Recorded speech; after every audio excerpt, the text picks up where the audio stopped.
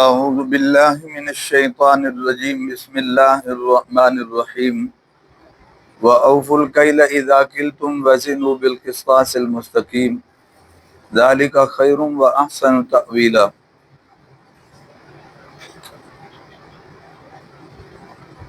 وَأَوْفُوا الْكَيْلَ، اوفو اور پورا کرو کیل۔ کیل کہتے ہیں ماپ کو، ماپنا اور تولنا دو علیحدہ علیحدہ چیزیں ہیں۔ ماپنا کہتے ہیں کوئی پیمانہ بنا لیا جائے، کوئی برتن ہو وہ بھر کے دینا، اسے ماپنا کہتے ہیں کہ جناب اتنے پوے، اتنے کولے، اتنے ڈونگے ہیں جی، اتنی پراتیں۔ آپ کسی شے کو پیمانہ بنا لیں تو یہ ماپنے کا کیا ہے؟ پیمانہ ہے۔ تو پورا دو کیلا اور پورا دو ماپ، اذا کلتم جب تم ماپ کے دو، یعنی اگر تم ماپ کے دے رہے ہو تو پھر ماپ کیا کرو؟ پورا دو، اور پورا دو ماپ جب تم ماپ کے دے رہے ہو، ٹھیک ہے جی۔ وزنوا بالقسطاس المستقیم، وزنوا وزن کرنا، تولنا جسے کہتے ہیں ہماری زبان میں، اور قسطاس یہ جو تولنے کا ترازو ہے وہ مراد ہے، اور مستقیم معنی سیدھا یعنی درست، صحیح، ٹھیک ہے۔ تو ترجمہ کیا بنے گا؟ وزنوا بالقسطاس المستقیم، اور تولو درست ترازو کے ساتھ، اور تولو درست ترازو کے ساتھ، ٹھیک ہے جی۔ درست ترازو کا مطلب کہ ترازو ٹھیک رہنا چاہیے، وہ میکینیکل اور ٹیکنیکلی طور پہ بھی ٹھیک ہونا چاہیے، تمہارے تولتے ہوئے بھی وہ کیا ہے؟ ٹھیک رہنا چاہیے۔ تو دونوں باتیں مراد ہیں، اور تولو درست ترازو کے ساتھ، ذالک خیر یہ بہتر ہے، وَأَحْسَنُ تَأْوِيلًا اور اچھا ہے انجام کے اعتبار سے، اور اچھا ہے انجام کے اعتبار سے۔ سمجھ آ رہی بات؟ توجہ فرما لیں۔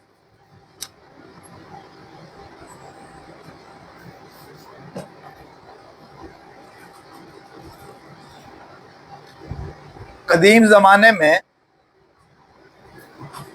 یہ دو طریقے لین دین کے زیادہ رائج تھے، اب ایک تیسرا طریقہ بھی آ گیا ہے، وہ ہے گنتی، عدد۔ اب یہ تیسرا طریقہ بھی چلتا ہے، چیزیں درجنوں میں دی جاتی ہیں، گنتی میں دی جاتی ہیں، اتنی۔